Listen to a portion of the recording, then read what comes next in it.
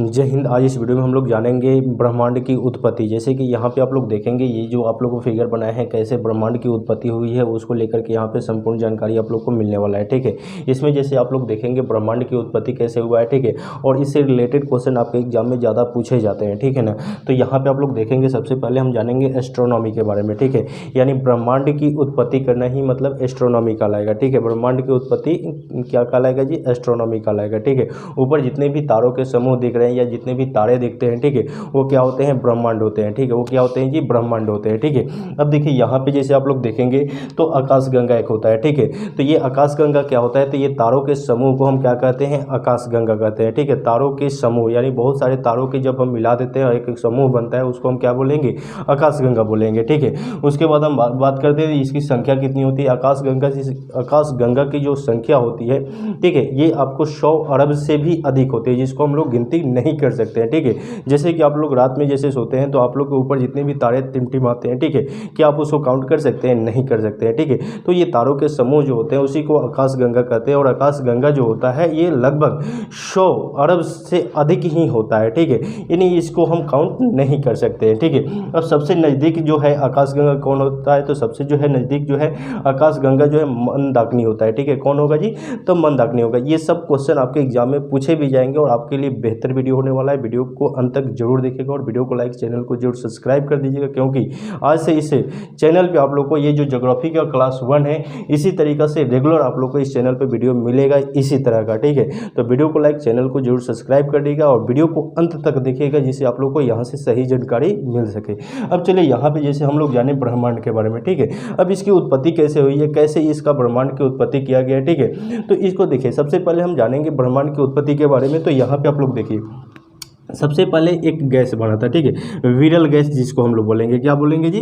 विरल गैस बोलेंगे। ठीक है, तो इस विरल गैस से जो है जैसे कि ये बहुत सारे जो है जैसे ये घूम करके ये विरल गैस बना और विरल गैस की उत्पत्ति हुई। उसके बाद जो है एक निहारिका बना। क्या बना जी? तो एक निहारिका बना। ठीक है, ये बहुत बड़ा जैसे इसमें टेम्परेचर बहुत हाई होता है। ठीक है, निहारिका में। ठीक है, और निहारिका से क्या बना? तारा बना। अब यहाँ से जैसे निहारिका के बाद जो तारा बना है यहाँ से जो मतलब यहाँ पे जो फंक्शन काम करेगा ये आप लोग को ब्रह्मांड की उत्पत्ति के बारे में यहाँ पे आप लोग को पूरा डिटेल जानकारी मिलेगा। ठीक है, तो ये जो है जैसे कि सबसे पहले विरल गैस बनता है। ठीक है ना, तो विरल गैस के बाद एक निहारिका बनता है। ठीक है, निहारिका बनता है। उसके बाद जो है क्या बनता है? तारा। जैसे कि आप लोग जो ब्रह्मांड में देखते हैं तारा होता है। ठीक है, तो उसमें बहुत हाई टेम्परेचर होता है, उसमें बहुत हाई टेम्परेचर होता है। ठीक है, तो उसमें जो टेम्परेचर होगा अब देखिए ये तारा कैसे बनेगा? तो इसमें एक बीच में एक आपका क्या होता है? नाभिकीय संलयन होता है। ठीक है, एक आपका नाभिकीय विखंडन होता है लेकिन इसमें क्या होता है? नाभिकीय संलयन होता है। ठीक है, तो नाभिकीय संलयन का प्रक्रिया किस तरीके से काम करेगा?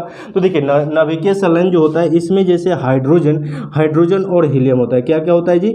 हाइड्रोजन और हीलियम। हाइड्रोजन हीलियम को बदलेगा तो यहाँ पे हाई टेम्परेचर देगा। ठीक है, हाइड्रोजन और हीलियम होता है जो बहुत हाई टेम्परेचर होता है और इसमें ऊष्मा और प्रकाश दोनों होता है। इस तारे में जो होता है ऊष्मा और प्रकाश दोनों होता है। जैसे आपको एग्जाम में पूछेगा कि तारे में क्या ऊष्मा प्रकाश होता है? तो हाँ होता है। ठीक है, अब इसलिए ऊष्मा प्रकाश हाई होने के कारण जैसे इसका टेम्परेचर जो होता है 6000 डिग्री से अधिक होता है। इसका टेम्परेचर जो होता है 6000 डिग्री से क्या होता है? अधिक होता है। ठीक है, और ये प्लाज्मा की तरह कार्य करता है यानी प्लाज्मा भी बहुत अधिक टेम्परेचर का होता है, बहुत गर्म होता है। ठीक है, समझ में आ रहा है ना आप लोगों को? अब देखिए ये जो है जैसे कि ताप बढ़ने पर जैसे पृष्ठ तनाव बढ़ने पर जो है जैसे इसका जो है जैसे लाल होगा उसके बाद सफ़ेद होगा उसके बाद नीला होगा। ठीक है, जैसे जैसे इसका पृष्ठ तनाव बढ़ेगा, ठीक है, यानी तारा का पृष्ठ तनाव जैसे जैसे बढ़ेगा इसका टेम्परेचर जितना ही हाई होगा उतना ही इसका रंग क्या होता है? बदलते जाता है। ठीक है, अगर पृष्ठ तनाव मतलब बढ़ेगा तो सबसे पहले लाल होगा। ठीक है, उससे अधिक जो होगा सफ़ेद हो जाएगा। ठीक है,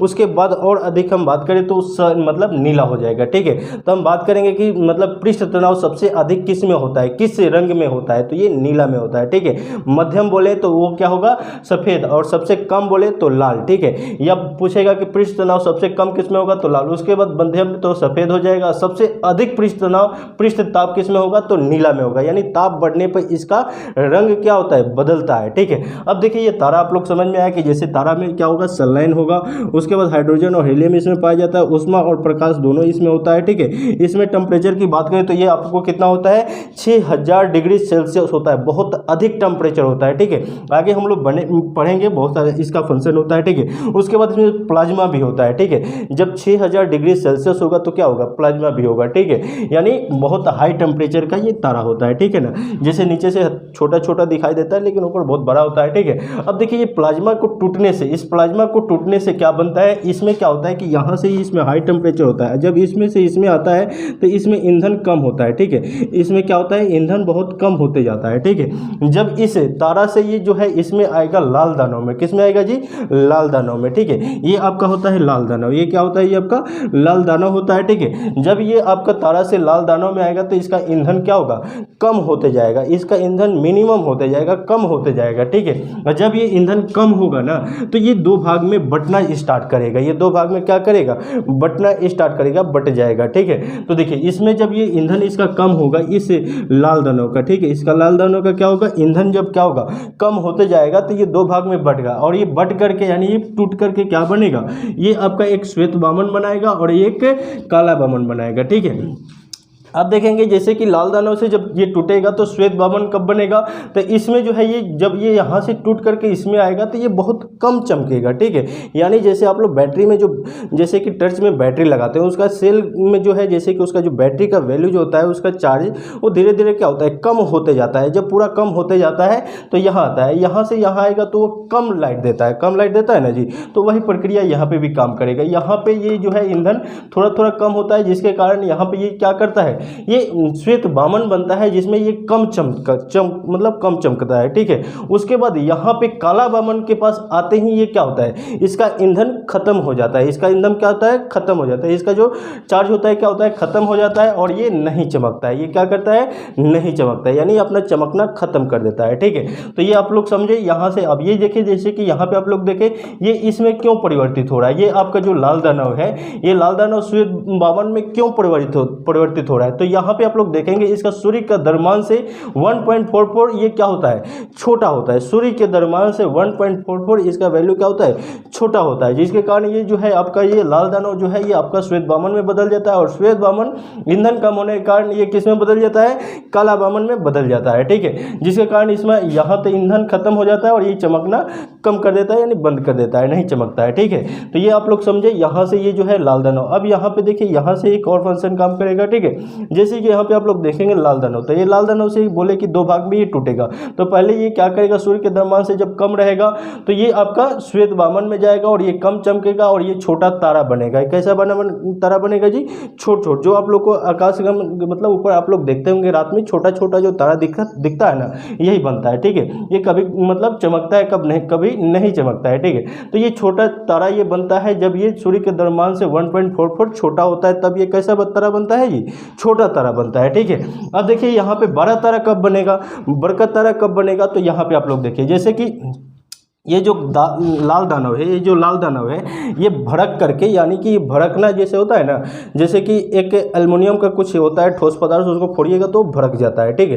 तो वो भड़कना होता है। ठीक है, तो जब ये भड़क करके अभिनव तारा में बदलता है, ये भड़क करके किस में बदलता है, अभिनव तारा में। ठीक है, तो ये अभिनव तारा में बदलता है, तो इसमें क्या फंक्शन काम करेगा, तो सूर्य के द्रव्यमान से 1.44 ये क्या होता है, बड़ा होता है, सूर्य के द्रव्यमान से 1.44 क्या होता है जी, बड़ा होता है, जिसके कारण ये लाल दानव जो है भड़क करके किसमें आता है, अभिनव तारा में, या विस्फोटक तारा भी इसको हम बोल सकते हैं, अभिनव तारा को हम विस्फोटक तारा भी बोलते हैं। ठीक है, और ये जो होता है बड़ा तारा होता है, ये बहुत बड़ा तारा होता है। ठीक है, अब देखिए ये अभिनव तारा से ये टूट करके क्या बनाता है, अभिनव तारा जो होता है ये बड़ा तारा होता है, और इससे टूट करके क्या बनाएगा, तो ये जो है अभिनव तारा से टूट करके ये न्यूट्रॉन बनाएगा। क्या बनाएगा जी, ये न्यूट्रॉन बनाएगा। ठीक है, न्यूट्रॉन तारा बनाएगा। ठीक है, अभिनव तारा से टूट करके एक ऐसा तारा बनाएगा, न्यूट्रॉन तारा बनाएगा, और ये न्यूट्रॉन तारा जो होता है ये आपका 3 भाग में ये बटेगा। ठीक है, अभिनव तारा से आगे जाएगा तो ये न्यूट्रॉन तारा हो जाएगा, पल्सर हो जाएगा और क्वेसर हो जाएगा। ठीक है, अब देखिए यहाँ पे न्यूट्रॉन हो गया, उसके बाद पल्सर हो गया और क्वेसर हो गया। ठीक है, तो इसमें न्यूट्रॉन हो गया और पल्सर जो होता है ये अधिक चमकता है, सबसे अधिक चमकने वाला जो होता है पल्सर होता है। ठीक है, और चुंबकीय क्षमता किसमें होता है, तो क्वेसर में होता है। ठीक है, जब ये अभिनव तारा टूट करके आगे जाता है तो ये 3 भाग में बंटता है, जिसमें एक पल्सर होता है, क्वेसर होता है और न्यूट्रॉन होता है, ठीक है, न्यूट्रॉन तारा होता है। जिसमें सबसे अधिक चमकीला कौन होगा, एग्जाम में पूछ सकता है कि जब अभिनव तारा से जब ये बदलता है तो सबसे अधिक चमकीला कौन सा तारा बनेगा, तो ये पल्सर बनेगा, ठीक है, जो सबसे अधिक चमकीला होगा।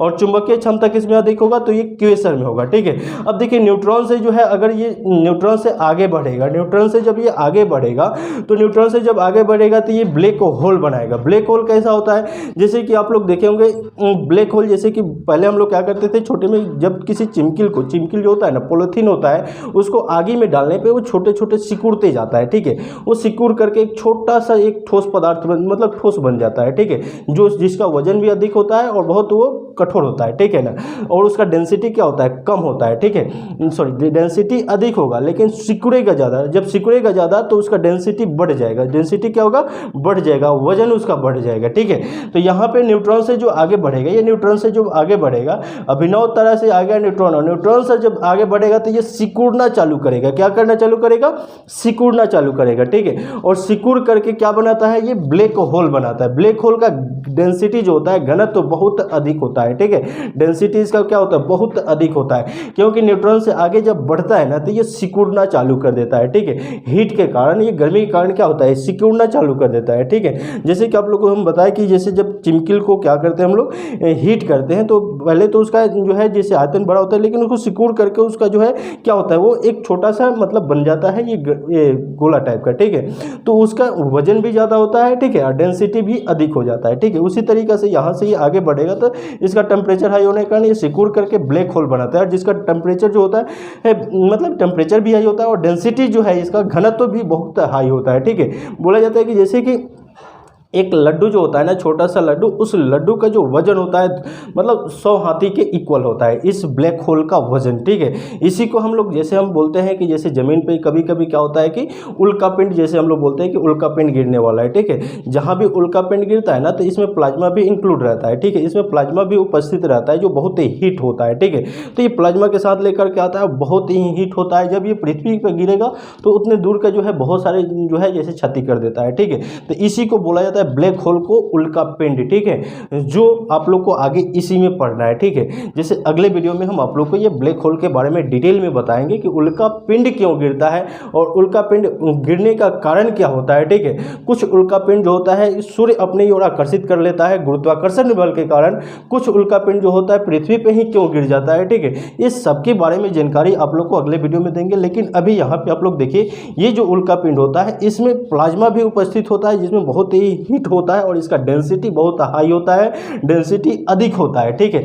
और इसका वजन जो है मतलब इतनी चूंकि उठाइएगा ना तो आपसे उठेगा ना, ये 100 हाथी के बराबर होता है। एक लड्डू का मतलब वजन जो होता है 100 हाथियों के इक्वल होता है, ठीक है। इसका जो है जैसे कि आप लोग देखें इसका डेंसिटी, ठीक है, इसको हम आप लोग को आगे भी बताएंगे, इसका जो है कैसे डेंसिटी हाई होता है इसके बारे में भी जानकारी देंगे। इसको हम लोग उल्कापिंड से भी जानते हैं, बहुत लोग अलग अलग तरीके से इसको जानते हैं, ठीक है, क्योंकि इसका घनत्व अधिक होता है, ठीक है। अब देखिए यहाँ पे हम लोग समझे, यहाँ पे ये जो है ब्रह्मांड की उत्पत्ति, तो इस तरीके से ब्रह्मांड की आपका उत्पत्ति होता है, ठीक है। अब इसके बाद हम अगले वीडियो में क्या जानेंगे, सूर्य का निर्माण कैसे हुआ है, सूर्य से आगे जो है तारा कैसे बढ़ा है, ठीक है, जैसे बुध ग्रह हो गया, मंगल ग्रह हो गया, ठीक है, शुक्र ग्रह हो गया, बृहस्पति ग्रह हो गया, ठीक है, इन सभी ग्रह के बारे में जानेंगे। उसके बाद इसमें क्षुद्र ग्रह होता है, क्षुद्र ग्रह के बाद इस उल्कापिंड के बारे में भी जानेंगे, जो ब्लैक होल होता है इसके बारे में भी जानेंगे, ये पृथ्वी पे कैसे गिर जाता है, ठीक है, और इससे बहुत सारे क्षति होता है, जैसे डायनासोर जो मरे थे इसी सब के गिरने के कारण मर गए थे, ठीक है।